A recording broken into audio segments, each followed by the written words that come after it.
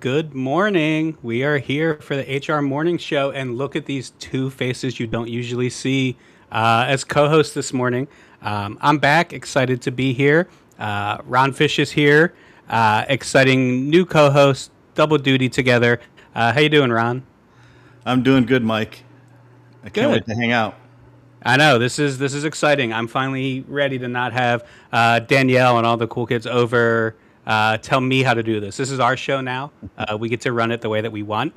Um, but that's actually not true because I need to remind everybody, of course, that the HR Morning Show is part of the Purple Acorn Network, just like the Is This Still a Good Time podcast. Make sure you head over to purpleacornnetwork.com. Follow us on LinkedIn. We are on YouTube. We're a podcast. Find us in all of those places. Keep following us on LinkedIn. We're continuing to grow. And of course, the show is live every Tuesday. This is actually episode 90. We are closing in on triple digits. I'm excited to have been a part of the ones that I've been a part of. And of course, thank you to our marquee sponsor, calendarpa.com. CalendarPA is great. I use it myself. Amazing options if you are heavy into scheduling, using all of your calendar options. Absolutely make sure to check it out. Continuing to roll out really new features now, even including being able to set up events with multiple users on them, so you can send over just one link that'll check everybody's calendar involved and write into other calendars. And I'm saying all of this from using it from my own personal experience. So thank you to calendarpa.com. What's going on in the Purple Acorn world before we dive into headlines, all those things, right? I want to make sure we kind of check in. I know I have my own stories. I surprised everybody backstage today with a lot of real personal stories I'm not going to get into here. Sorry, everybody. But if you're in the comments, check in. Let us know what you're excited about in today's episode. But what's happening with you, Ron? Well, when I was hanging upside down this morning waiting for my hair to dry, I was pondering the AI conundrum out there in the world, and certainly it's taking on many, many forms. I know we're going to talk about a couple of the hot topics in that regard, but it's just such a polarizing topic, isn't it? I mean, I find myself being a big fan of AI on one hand, but then on the other hand, the way that employers are masking things by using AI as an excuse for everything is pretty interesting. But aside from that, doing some around the house projects. I'm eager to get back to work. But yeah, that's about all that's going on in my world today. Yeah, and it's I'm not sure everyone's families, right? But it is summer camp season. It is starting. Everything's different. This has been the first week of camp for both of my kids. So the house is in disarray because, of course, schedules change and no more school bus coming for my son early in the morning. I have to keep him around and entertained much longer. My daughter graduated preschool, which preschool graduation is a silly idea, but finished preschool last week and now is off to an actual camp, and she'll be in kindergarten next year. And the two of them this year have decided to go to different camps, which is just perfect. I love having drop offs at two different camps and pickups at two different camps for them because that's how kids are going to be. But summer's here. It means the house is empty and it's warm, and I'm certainly excited. As for the AI stuff, I feel you. I think everyone in here feels you as well. It's hard, right? Because you want to be technologically forward. I like to think I'm a good adopter. I use all these things, but you're right. At the same time, you see the misuse of it. You see companies kind of using it to get away with a lot of things, which we're going to talk about in the headlines a little bit. And also, let's be honest, it's just the more it's around, the more people start to adopt it, the more slop we're seeing, right? There were people who've been saying AI slop since day one at anything that's AI. But honestly, now I think even AI users are sick of seeing AI slop. It's ruining in a lot of ways LinkedIn and Instagram and all these social media sites, just the nonstop AI photos and AI posts and all of that. It is hard, and I think it overshadows a lot of those good uses. Yeah, for sure. Even YouTube, right? You log into a YouTube video and it's a new AI voice. But I did want to draw a correlation. You mentioned preschool. My son graduated preschool many years ago, and he told the audience that he wanted to be a chef. Well, 2 weeks ago, he just graduated from culinary school. Okay. and is intent on still being a chef. So many, many years later, so don't underestimate the importance of preschool. It may, in fact, shape and form your kid into their career direction or their direction in life. So keep that in mind. I love that for him. My daughter's "What Do I Want to Be When I Graduate," which was in the book, right? So everyone got their own book that had like all the kids' graduations and a picture they drew of what they're going to be. Hers was princess. So we will see where that goes when she actually graduates. If I can come back to HR Morning Show episode 6,000 in about 18 years or so and say, you know what, my daughter went to England and she married Prince George, and she is now a princess, and it all worked out for her. I think I'd be okay with that. That'd be amazing. Yeah. Yeah. All right. Well, let's get into our headlines.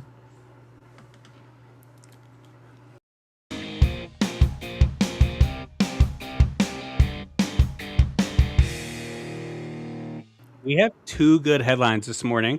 The first one ties right into exactly what we were talking about, right? So, hiring leaders have been blaming AI for a lot of things, and one of them has been the death of junior level hiring.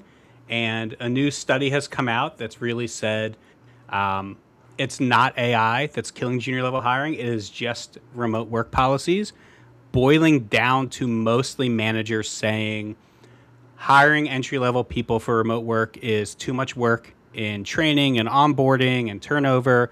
And they'd rather just focus on more senior people. I have a lot of thoughts on this one, and I've been through this in a lot of ways.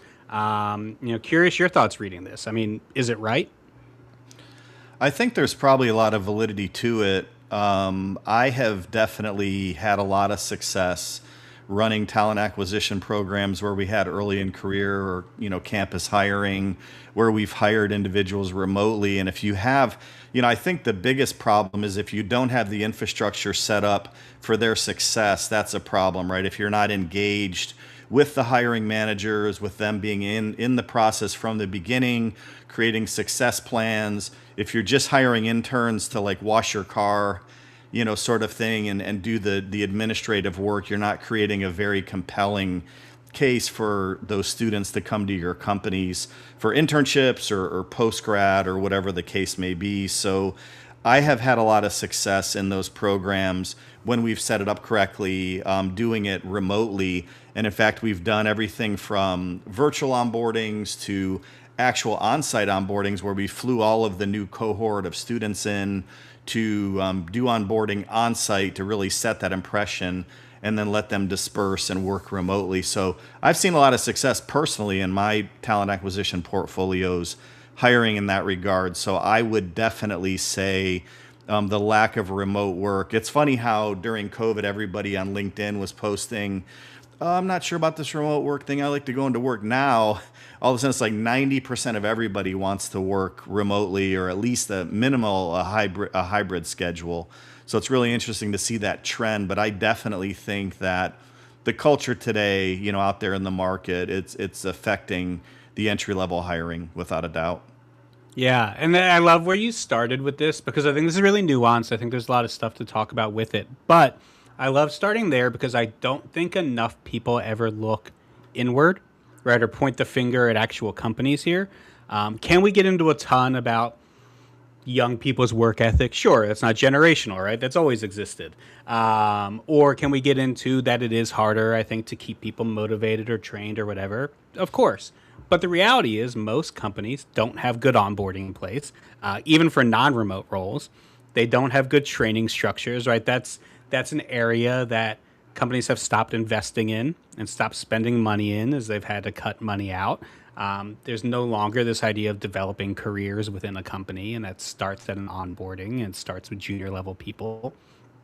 Uh, and it's also a lot of companies got thrown into remote work back in COVID, which at this point is 6 years ago, but people haven't revisited a lot of things. But everyone just started doing it without a real plan in place, without any experience in doing it, without any kind of know-how of how to do these things.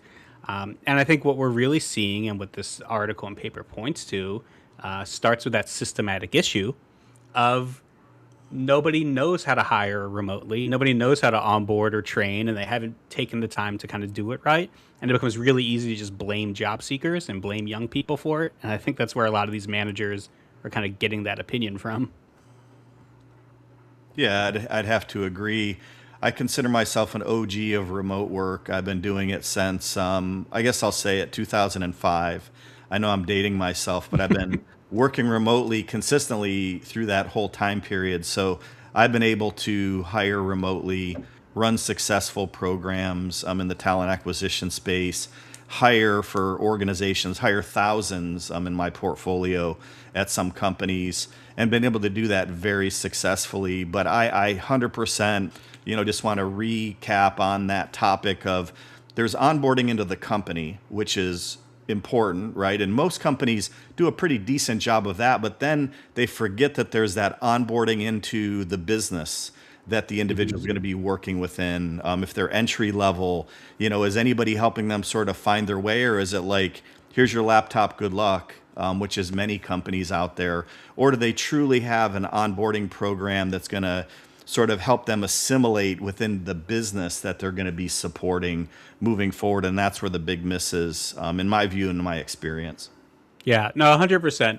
Right. And there is the other side. And it is worth saying that is it really hard to find good, entry level employees and train them up and build them up? And it's hard when they don't work out and go, like, 100%. Right. And like we can say like it's a Gen Z problem. But like I said, like they said the same thing about millennials. I'm sure boomers said the same thing about Gen X when they were coming into the workforce. It's just always existed. The great generation, the silent generation hated boomers. It's just that goes all the way back.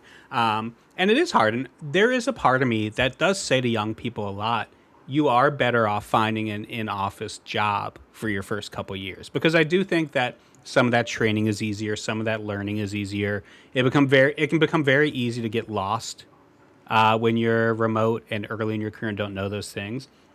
So as much as I love sitting here blaming companies totally and saying like absolutely they need to fix their onboarding and their training and all these things, like it's also not fair to say that like there isn't some truth to that, right? And I've hired and onboarded plenty of remote workers at remote companies that just like from like day one took advantage of the flexibility or sort of comes with it, or weren't being trained the right way, and it's sort of a combination of both. So I think it's there. I think the important thing is that blaming AI again, just like the next headline is going to get into, isn't always the answer. Sometimes it really is just coming down to bad systems, bad training, bad people, everything else. But this one's interesting, and I do think, unfortunately, the result of a paper like this is going to lead to more companies saying like, see, this is proof that we do need to be coming back to the office. Yeah, sadly. Yeah. Let's get into the second headline. More doom and gloom news. May's mayhem. This isn't breaking news to anybody, but now that May is over, we can really kind of summarize it. We're 5 months into the year. The tech industry is doing what it's been doing for the last couple of years. 30,000 tech jobs wiped out in May. The guilty party being assigned AI. Of course, we're going to go through Meta and Oracle and all these huge layoffs. I know I have my strong thoughts, but I mean, like, where's your mind go when you hear this? Well, I mean, it's interesting, right? AI plays two roles. It's the hope for the future. Everybody's hanging onto the lion's tail as it runs through the savannah, I like to say, with AI. But then it's also the convenient excuse, right? Mm-hmm. It's the thing that they hide that employers are hiding behind. So would these employers actually have still laid off these individuals or created the return to work policies so they quietly have to quit because people can't go back to the office?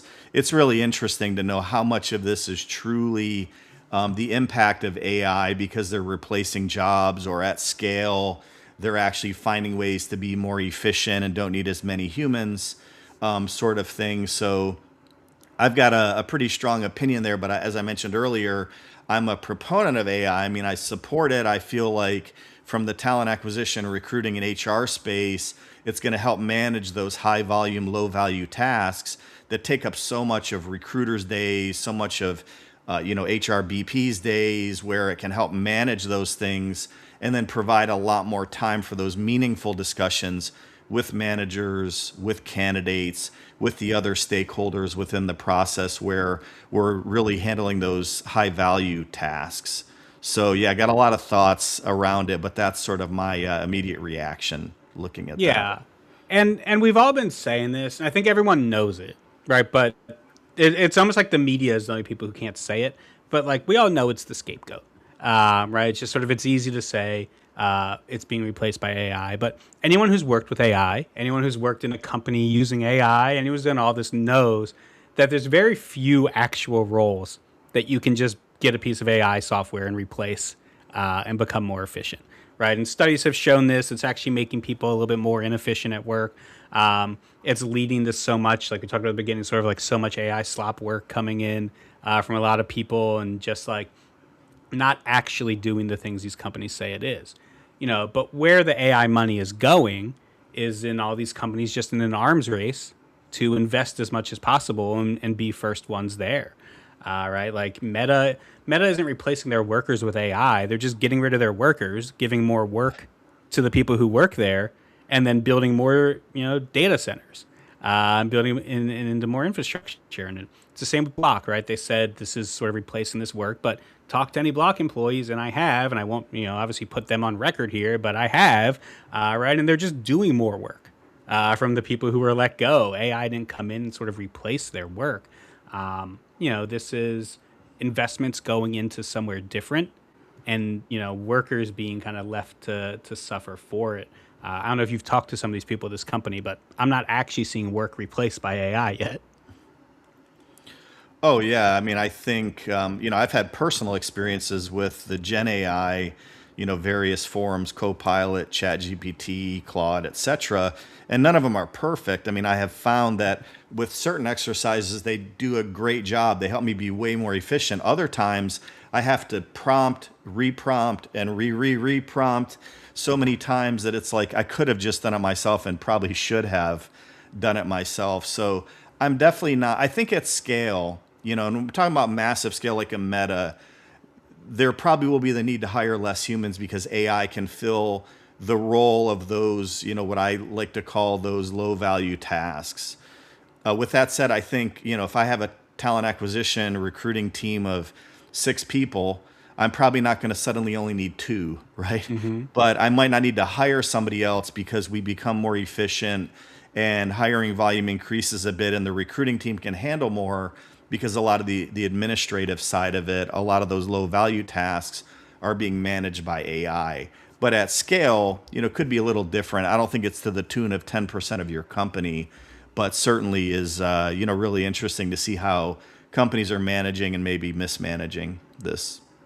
Yeah, and I mean, it's so funny because this is like a personal story and example out of it. I mean, so I'm going to Europe for some work stuff this summer. I'm going to be doing some hiring and some remote work workshops, and I've been trying to book travel and sort of looking into it.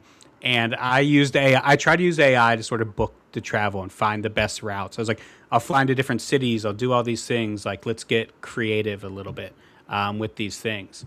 And the AI came back to me and said like, oh, I have a great choice for you from Chicago. It'll be $543. I was like, wow, like that's a great price for flying to Europe.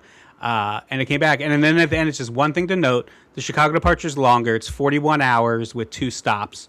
And they like wanted to book me this 41-hour flight. And then like it like went into this long diatribe as AI can do is sort of hallucinate. It's like that'll give you time to rest and relax and do all these things. And like I was just like, I'm not booking a 41-hour like travel for this thing. And that is where like that missing of the human element, right? So like when there's like, oh, travel agents can easily be replaced by AI. It's just like maybe in like some of those tasks, but like the logical aspect sort of goes away because AI, again, it's not making decisions. It's not thinking, right? It's just taking math and numbers and computing the most likely kind of outcome from there and missing a lot there. Yeah, and I see we have a LinkedIn user that had a comment that said they're actually of the side where they feel like AI is replacing people, and I'm not sure if how effectively that's happening, but it's interesting. And then they mentioned Waymo, which we discussed on the last episode last week, where Waymo, recently drove into a flood.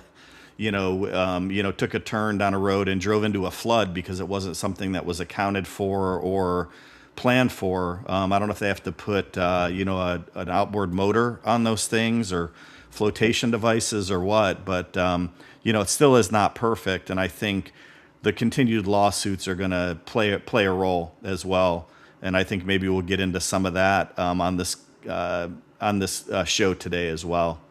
Yes, the lawsuits is going to be a big thing, and to that user's point, right? And they said some like contrasting opinions are right, and you're right. I shouldn't make it sound like no work is being replaced by AI, no workers at all. I think when I sort of say that, I'm referring more to the scale, right? So when a company lets 50,000 people go, like through an email at 2 a.m. and says like we're replacing that with AI, like no, they're not. But you are absolutely right. Like Waymo is a great example that can replace drivers.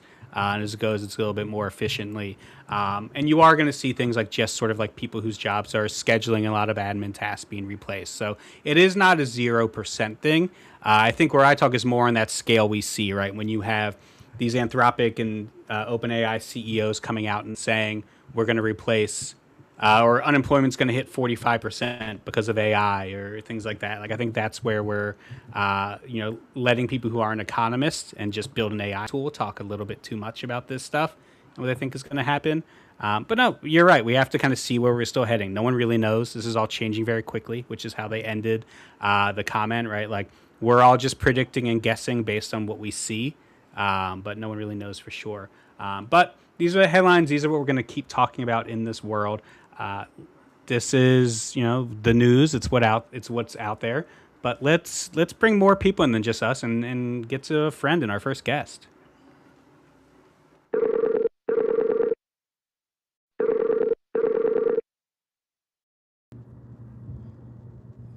Justin, hello. How are you? Hey, Mike, how are you? Good. Excited to get to chat with you this morning. I've been digging through some of the stuff and your background. It's been really interesting. But because I'm a recruiter and because I have to kind of do this, right? And it's always easier for everyone, for people who are just kind of meeting you for the first time this morning, Justin, why don't you tell us about yourself? Sure, I'm Justin Henshaw. I'm the founder and CEO of GAGE. GAGE is a workforce community that connects employees and employers. I am not from a tech background. I'm actually from a restaurant background. I owned several restaurants. I spent my 20s in the military, and then I got out and just started an entrepreneurial journey of owning businesses, restaurants, service-related businesses, and employing a lot of people. And I always saw just such a gap, something that could be improved.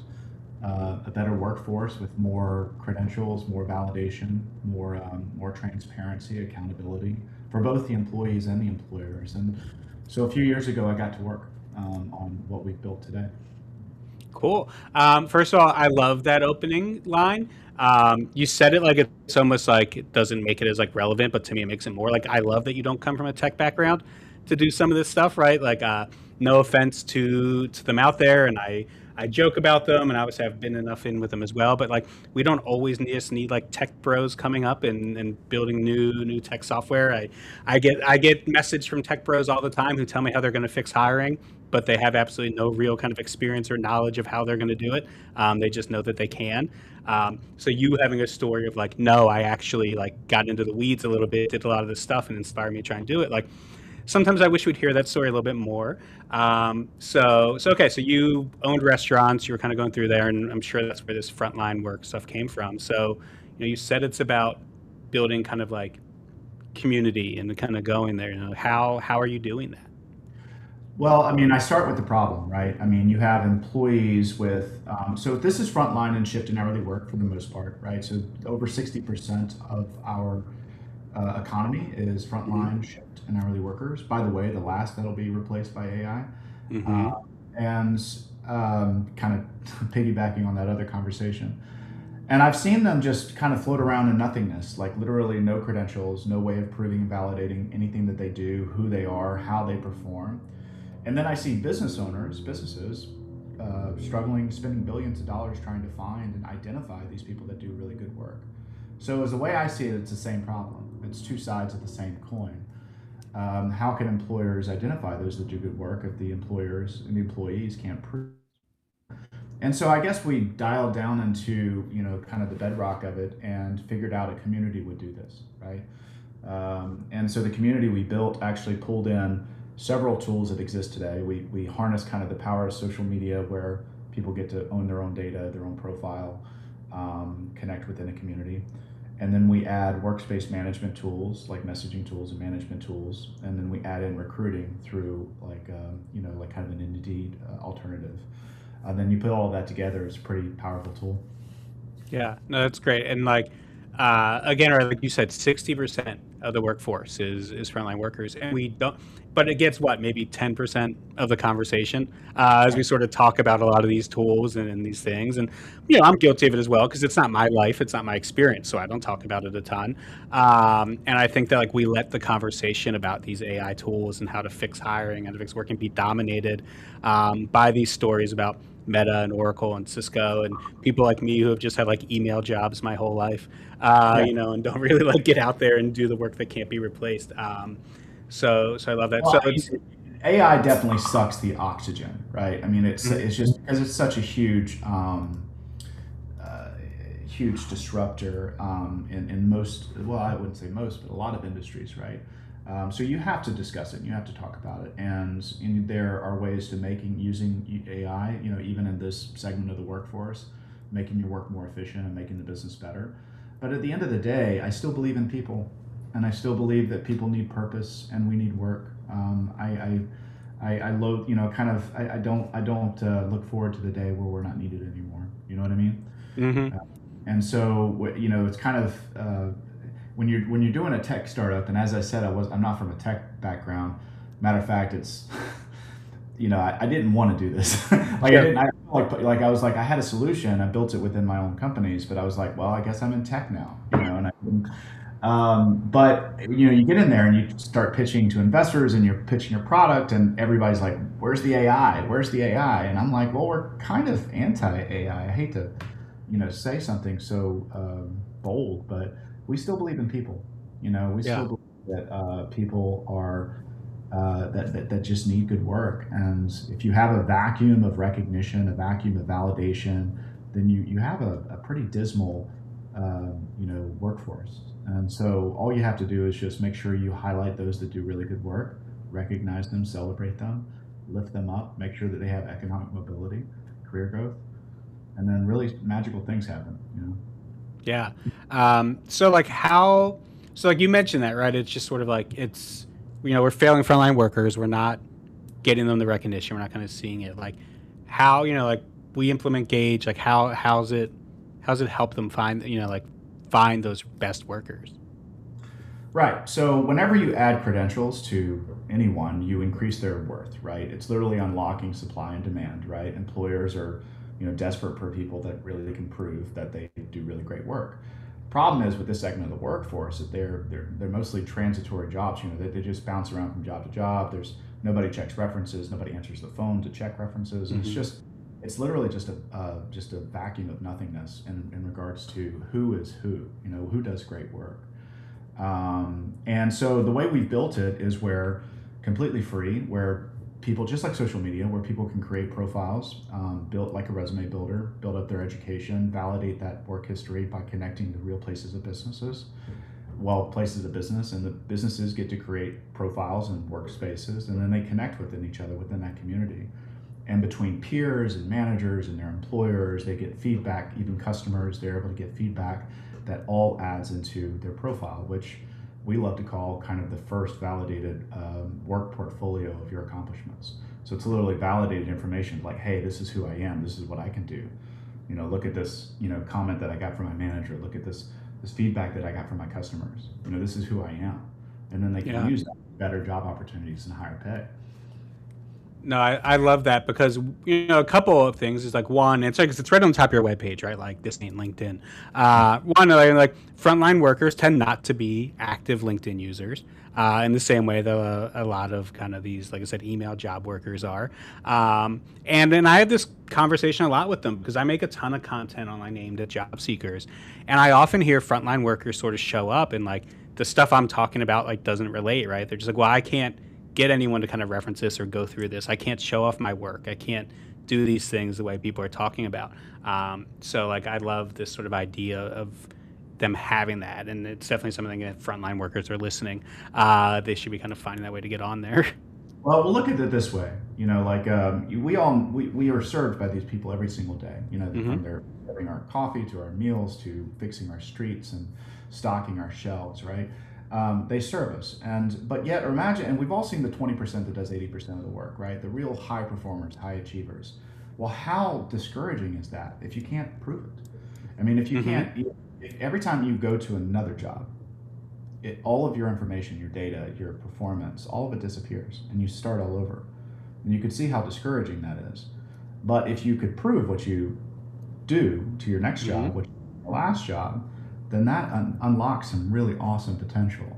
And the technology is there, obviously. It's been there for years. We just combined them together to create one big platform for them. Yeah. I mean, and we tell tech workers and creative workers and designers all the time, right? Like, you need your portfolio. Your portfolio is all that really matters. People are going to kind of go on there. And yeah, just the idea of kind of building that for them to have is makes a ton of sense. And this is something that just like any frontline worker can go sign up, set their profile. Yeah, and they can invite their business and they can get their business to sign up for it and they can connect within this community. And again, most of that is completely free. We have a recruiting suite of features that is coming that is going to be essentially our first revenue stream and monetization. Basically, imagine a premium recruiting source. So like not just hiring an email or a phone number, but hiring a profile, somebody with all this feedback, this information. It's going to be basically a premium recruiting service for your local community, and I think it's going to be very exciting. That launches in about a month. But right now it's completely open. You can join it. We're in 18 different states, kind of growing organically as we kind of march towards monetization. But love for you guys to check it out. Yeah, no, that's awesome. That sounds like something very much needed. Like we said, something that's not there for frontline workers and for the non-LinkedIn crowd and the non-just boasting about their accomplishments on the internet, nonstop crowd who can't kind of prove that work. And we know recruiting frontline workers needs a lot of revamping and how it's done. And I think across the board, right, frontline, corporate work, everyone else, like I think like we're seeing the resume and the job application become more and more kind of useless and your work matters. So amazing to have something like this for them. Well, it's kind of, and the proof is in the pudding because I say this in my pitch, and all other facets of employment other than the front line, there's always usually validation, right? I mean, there's some sort of verification or credentials, like college graduates have diplomas, GPAs, you have licenses, you have certifications, you have LinkedIn if you're an executive or an entrepreneur or whatever. But for the front line, there's nothing until now. So go check us out. Yeah. Amazing to see a non-tech bro building a needed tech platform based on actual lived experience and knowledge and expertise in something. Something we need to see more of in these softwares that are being built. Justin, I appreciate you coming on this morning and talking to us. And we're definitely going to check GAGE out. And now we're going to kind of move on, and we have some more guests to join us. Thank you, Mike. Bye, Justin.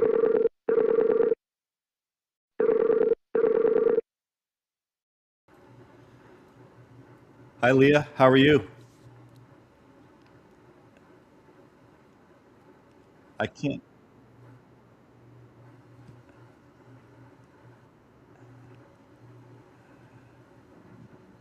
We don't hear your audio.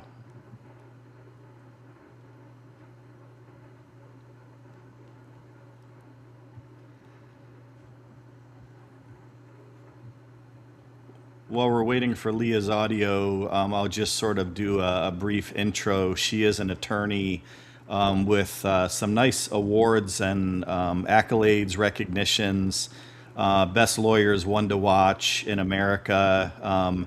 Some time back, she's also been named 2020 as a legal elite rising star and in 2021, 40 under 40 recipient. Do we have you now, Leah?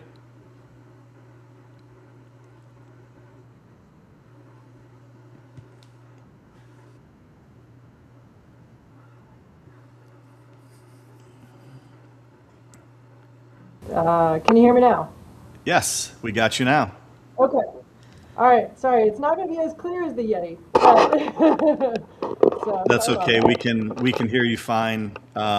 This is a live show, I'll remind everybody, so sometimes these things happen. But appreciate you joining us today, Leah. Excited to dig into some of the legal side of the topics. I gave a little light intro. Do you want to tell everybody more about who you are and what you do? Yeah, sure. I'm a management side employment lawyer, so work with companies in all different industries, public, private, and help them navigate through different employment issues. So whether that's hiring, recruiting issue that could come up through employee benefits, harassment, discrimination, all the way through termination and post-termination. So kind of the entire life cycle. We don't just do litigation, do a lot of kind of upfront compliance, helping people through reductions in force and all that. So it was kind of interesting to hear the AI talk, because I have seen some of that come about. Yeah, awesome. I was going to actually sort of start there and then see what time we have as well, if that sounds good to you. I wanted something that's a really hot topic around candidate fraud, AI, and hiring. From a legal perspective, how has candidate fraud evolved, and what are the key risks that employers should be most concerned about today? Yeah, sure. It's kind of a mind-blowing thing, right? Like, I mean, who has time to engage in candidate fraud, and is it our competitors that are doing this? Like, it's always weird to me, the whole motive behind this, but we have had some clients that are getting fake applications, or they're going through the hiring process, and they make sort of it depends. Oftentimes it's for remote positions, a lot of tech positions as well. And sometimes it will actually be like a legitimate person behind it. The person is just coming about with a fake kind of, name and even image or something, and they're going to do some of the work behind it, maybe work 2 jobs at once or something like that. But yeah, it's been kind of mind-blowing to me, and there's not much legally that an employer can do to like go after like a fake candidate, if that makes sense. So it's kind of like falls under the cyber arena in a way of like you've been defrauded from a tech standpoint in a way. Yeah, and I've heard some talks on this topic since it's so prevalent today, especially like you said, for remote companies. And I've seen this firsthand, been very much involved, and I think it's sort of become kind of like that cyber incident or security incident where corporate security for companies gets involved if somebody actually makes it all the way through to employment. It's sort of the way that a lot of companies are beginning to look at it and handle it. So that's good to have the legal perspective in that regard. Yeah, we've even like even at our firm, right? Like, we talk about if we were to hire a remote IT person and get so far in the hiring practice that then they have access to all of our document systems. They probably could access client, financial. I mean, who knows what they could access, and a lot of sensitive information. So, we've recommended to a lot of clients, and even taken this on ourselves, for certain roles where you're offering a position as someone where they're going to have access to that sensitive information. It's a best practice to spend the upfront, $1,500 and fly them in for their final interview, get to know them, and do that final kind of panel interview in person. Bring it back to the old school hiring process. Yeah, and I was working for a company that was fully remote, and the last step in their process was a drug test. So the individual had to show up in a lab, but that's not a perfect process either, we found out. As well, they'll have bad actors that are pretending to be somebody else, and we've had like synthetic urine and things like that leveraged. It's really a bizarre world today in that regard, but I like the idea of taking that extra time, because a costly hiring mistake could cost the company thousands or hundreds of thousands. So spend the extra $1,000 or so to fly somebody in for an on-site interview, I think is a good way to try to mitigate what's happening. Absolutely, yeah. So another trend that I've seen and I've been part of, unfortunately, at some companies is the more that everybody's hiding behind AI, they're eliminating people, or just companies that aren't doing as well in this economy, they're eliminating people, and it's really impacting the culture of the organization and beginning to create some of those toxic workplaces. When does a toxic workplace kind of cross the line from a cultural problem to a legal risk for an employer?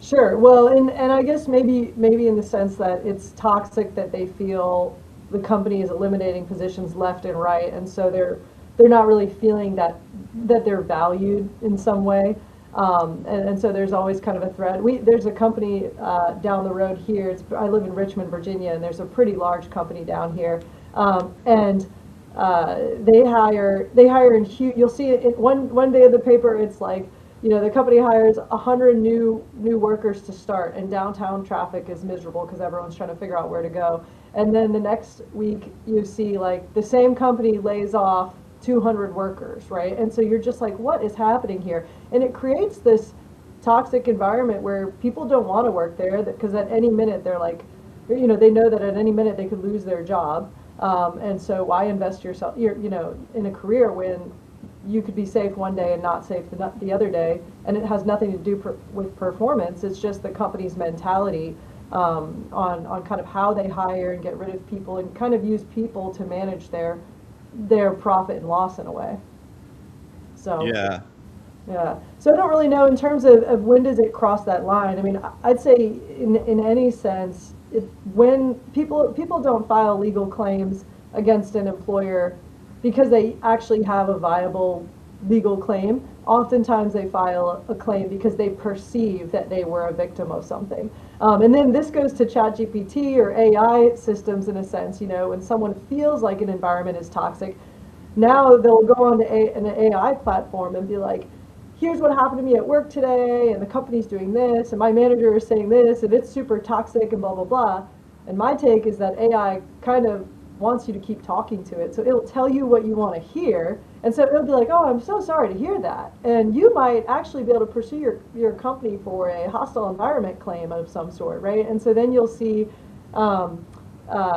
people bringing it in action for a hostile environment because they feel like they were a victim, that there was this toxic environment, but it may not rise to the level of what's a legally actionable hostile environment under federal or state law. Yeah, great points. I definitely have seen, where the workplace might be toxic. It just might not be a great place to work, but it's not necessarily a legal issue, or there aren't necessarily legal ramifications. But me as an employee, I might feel that way. And I have found, you mentioned AI. I mean, AI, I think, will lie to the cops for you. It will Right. go in whatever direction you want, because I've put in prompts that are like, well, what about this information? And then AI completely changes what it told me 5 minutes ago. So it's really interesting. And Yeah. I think that the same thing is happening with candidate fraud, right? Like sometimes it's just an honest person that's putting their resume into Chat GPT or whatever the Gen AI is, saying, help me create a better resume. And then it's being over embellished in certain areas, but the person just isn't maybe proofreading it or recognizing that they're really embellishing. Yeah. Oh no, that's a great point. I mean, we just did a whole round of hiring of law students for our summer programs, and I can't tell you the number of applications I received where it was clear that the cover letters even were written all with AI, and like sometimes had the wrong firm name in it, or were mentioning practice areas they were interested in, which we don't even have those particular practice areas, right? And so you're like, and it was clearly written by AI, because everyone's starting to figure out the AI lingo, right? Whether it's they describe 3 adjectives like, I'm a proactive, high energy, intelligent learner, or something, or the long dashes. Like there's ways you can tell if something was written by AI sometimes. So Interesting. So for kind of looking ahead, what sort of employment law trends do you believe that HR and recruiting leaders should be watching closely over the next couple of years? Well, the biggest trend that I've seen just probably in the last 6 to 8 months is that we are getting hit, or our clients are getting hit with more lawsuits. Litigation is on the rise. I would say many of these lawsuits are filed by, they're like, I am an attorney that is fighting against an individual that doesn't have an attorney. So you'll see an employee or a former employee or even an applicant who's suing the company for some sort of discrimination, retaliation, failure to hire. And they are pursuing the claim pro se, whether they tried to find an attorney and no one would take the case, or whether they're just using AI to kind of draft their complaint to help them pursue, and there are a lot of legal AI platforms as well that pro se plaintiffs have access to. Going to the courthouse, they have these like pro se libraries where someone could go in and basically then have access to the same AI systems that I, as an attorney, have access to. So I'd say that one of the biggest trends is just making sure you're more in tune to crossing your T's and dotting your I's, because it is so much easier for someone to sue you nowadays. All it takes is for them to draft up a complaint with ChatGPT and go and file it with the courthouse. So, yeah.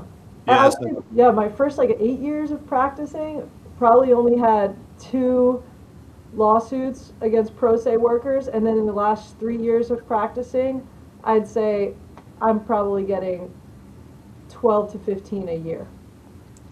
Wow. Yeah. Yeah, it's incredible, like that low-hanging fruit, things that people might not have bothered with before, now that they have an AI writer or AI advice or, that companion, all of a sudden they have the confidence to do that sort of thing. Do you think that that's, and, sort of last question, do you think that that's warranted? I mean, are there elements of that being a good thing because AI is giving people some of that confidence to maybe take lawsuits forward that they hadn't, or is it more frivolous in your view? Well, it depends on the perspective of who you ask. So yes, it gives more access to people to pursue the legal system. And yes, I am coming out ahead more because, as defense attorneys for companies, we get paid regardless of whether the case is frivolous or not. And so with more litigation, I'm coming out ahead, Ron, so that's not bad for me. But the losers here are the companies who have to spend time, energy, resources defending frivolous claims. So, yeah. Great. Awesome. Well, Leah, it has been an absolute pleasure to chat with you. I love to talk to attorneys on employment law. I'm a global talent acquisition leader, so I've done a lot of that, trying to mitigate problems before they happen, but also get that counsel when we have extraneous situations happen. So we appreciate your guidance, advice here, and I sent you a LinkedIn request. Let's stay connected, and definitely appreciate all the time you spent with us. So now we're going to move over for a word from one of our sponsors, and we love this jingle. We sing it all the time. So hopefully this doesn't get stuck in our audience's head, but here we go. Over to our sponsor. Who's the fella who lights up a room when he walks in the door? Evan White, with so many strong ideas, he's creative to the core. Evan White, cause he's been at it for 20 whole years with plenty to show for his illustrious career. So if you're looking to grow your brand, then Evan White is here. Cause talent tech PR is sure to take you very far. The HR tech space has a fresh face, and it'll make your brand a star. Spinning straw into gold and taking flight, you'll be soaring through the sky at incredible heights with talent tech PR from Evan White.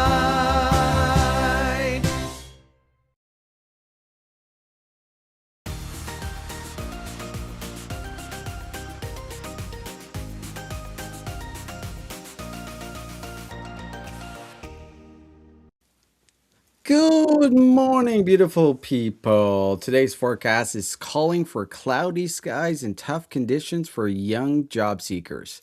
There's a new report from the Wall Street Journal saying this could be one of the hardest summers in decades for teenagers and students trying to find work. What they're seeing here is the traditional summer job. So, restaurants, retail stores, camps, and recreation programs are simply not hiring as many people as they used to. For students looking to earn money, maybe gain a little bit of experience or build out their resume, it's extremely competitive out there.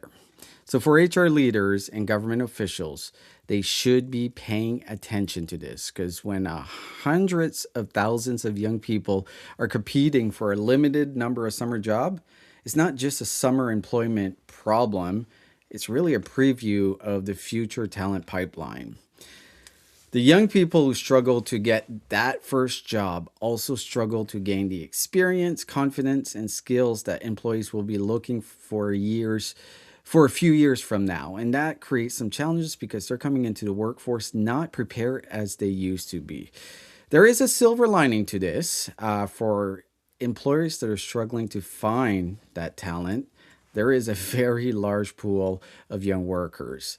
So companies that are willing to invest a little extra time in training and development might find some great future employees. We all should be looking at that. So the outlook for young job seekers, honestly, it's not great, but because you can expect a lot of competition. So if you're a young job seeker right now, try to find a way to stand out in any way possible. But for the employees out there, there could be some sunshine because there is a lot of talent and there's plenty of young people that are looking to be the next generation of the workforce. They're looking for their experience. They're looking to build their resumes and they're willing to do anything to gain that experience. Not anything, don't take advantage of that, but they're willing to do that work.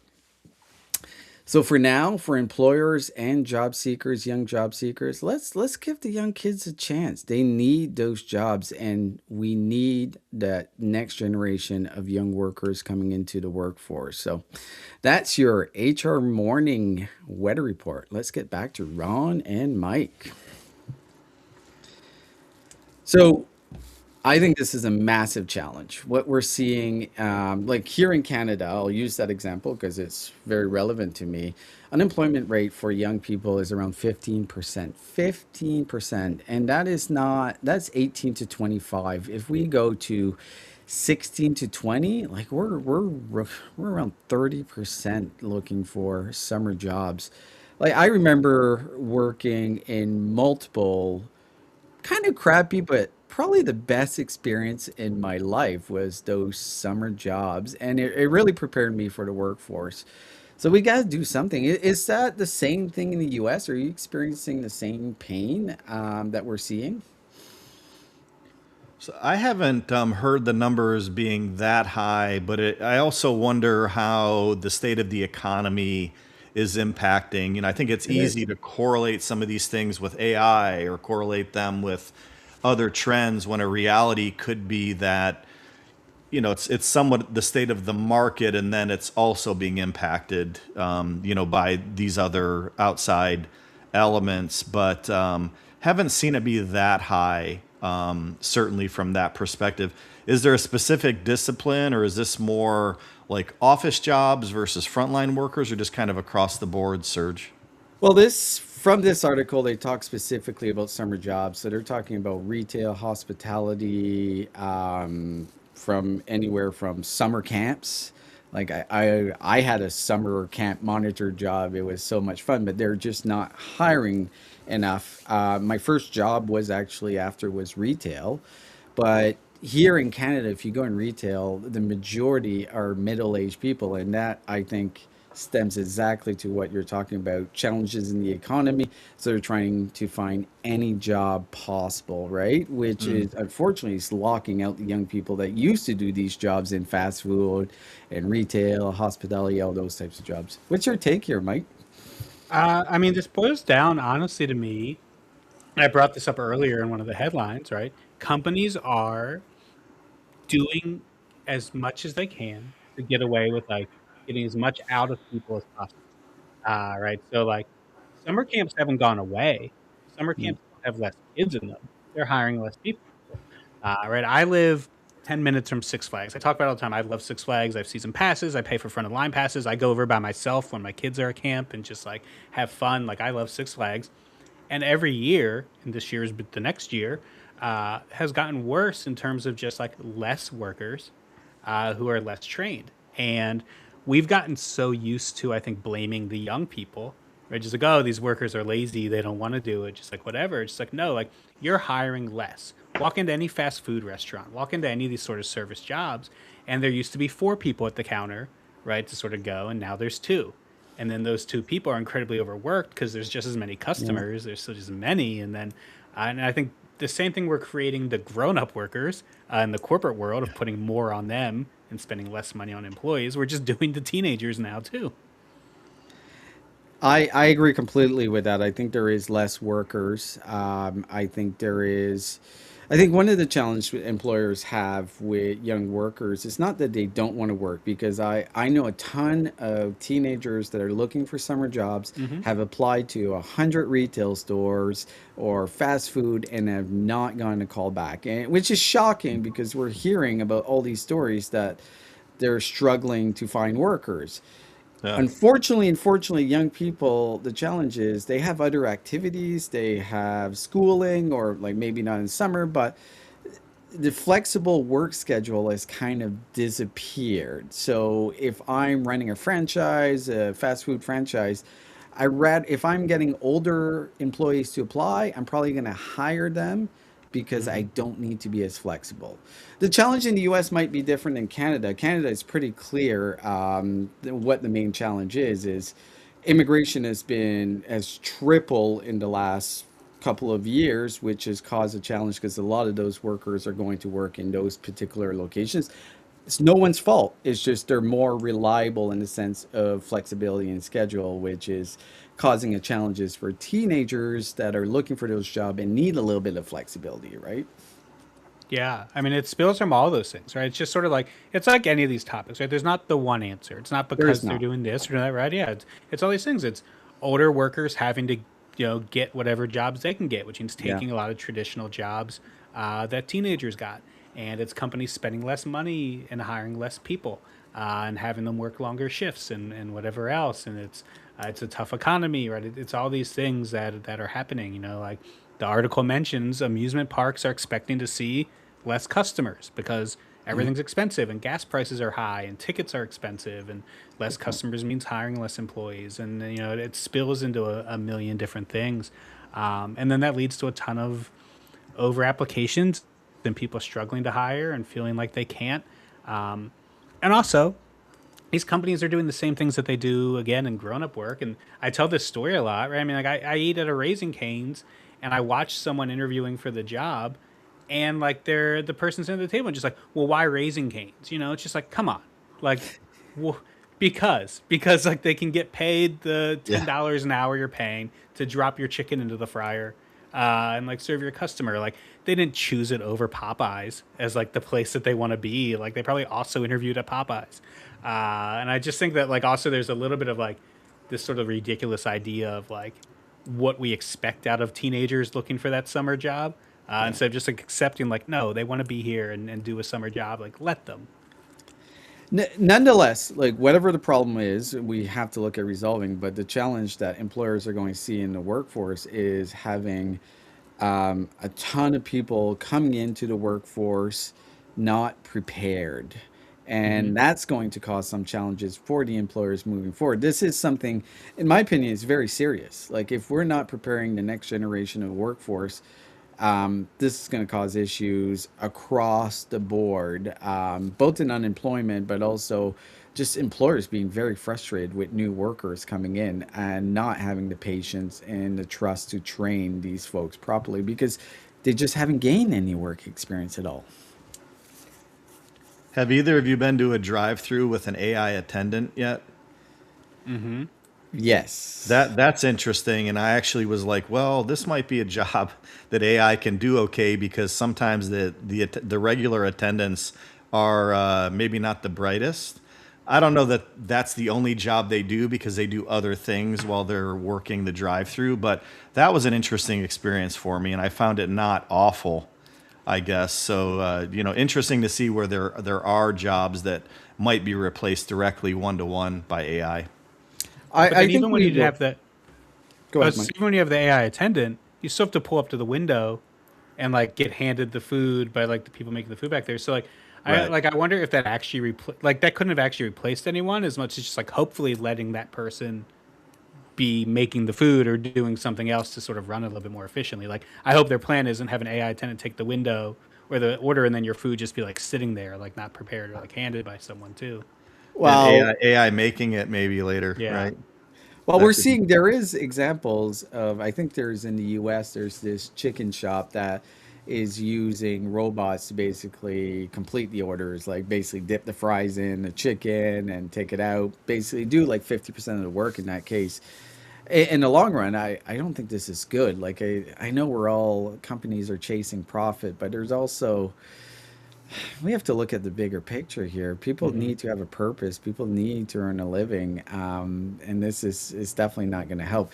I also think that huge pressures on frontline workers when it comes to putting timers instead of on these fast food workers that okay they need to be in and out of the window for 30 seconds sometimes is unrealistic and is causing major issues that now they're trying to replace with AI. It's like, okay, how about the good old days of a friendly smile and hi and like how's your day? Like I miss people, right? Like I miss that sense that not everything is just a pure transaction. But I'm getting old, so that might be the case. I might miss the good old days, but nonetheless, we have to figure out a way to get younger employees in the workforce in some particular way because this is going to be a massive challenge as we move forward. So that's it, Yeah. guys. Awesome. Great show. Yeah, that this was a great show, and I think we've harbored over the same topic for a lot of it, right? But it's what we're talking about because it is what's happening. Thank you to Justin and Leah, two amazing guests, really kind of shining some light on some different sides of this stuff, and thank you for Talent Tech PR and counterpa.com for sponsoring us again. Be sure to keep following Purple Acorn on LinkedIn. And of course, if you want to see more of Purple Acorn, head over to purpleacornnetwork.com. Check out all of the shows. We're live here every Tuesday or whatever hosts will be available on that Tuesday or here that Tuesday. You can check out my podcast. This is still a good time. We are coming back soon for a new season and really moving forward some stuff and all the other great shows. Find us on Spotify and Apple Podcasts and anywhere else that you find those things. Any final thoughts on all this stuff we talked about, Ron? No, I enjoyed it, and I hate that it went so hard towards AI. But like you said, I think that's so prevalent. It's in my conversations with my family, right? So it's something that's on everybody's mind, and it's interesting to hear a legal perspective versus a startup perspective, and what they're doing to sort of push it back. And it's certainly fascinating to me. Yeah. We're all figuring this stuff out. I talk about this all the time. Like, there's no precedent for any of these things. We try and compare it to the past. We try and talk about these other things, but like, we've never dealt with something like this before. I think sometimes HR gets looked to as like they should have the answers or know what to do, but like they also don't. They're also figuring it out. They're having a lot of pressure put on them by executives to just have answers that don't exist yet. So we're all figuring this stuff out together. So sometimes it can feel like a lot of doom and gloom news, but I think that's also just because like the negative stuff is what pops up as you figure these things out, but it's also what helps you hopefully figure out how to navigate this and get to some of the good solutions that come too. Absolutely. Awesome. Well, great show. Thank you to everyone who watched and tuned in and asked questions. Again, check us out at purpleacorn.com, and we will see you next week. Thanks, everybody.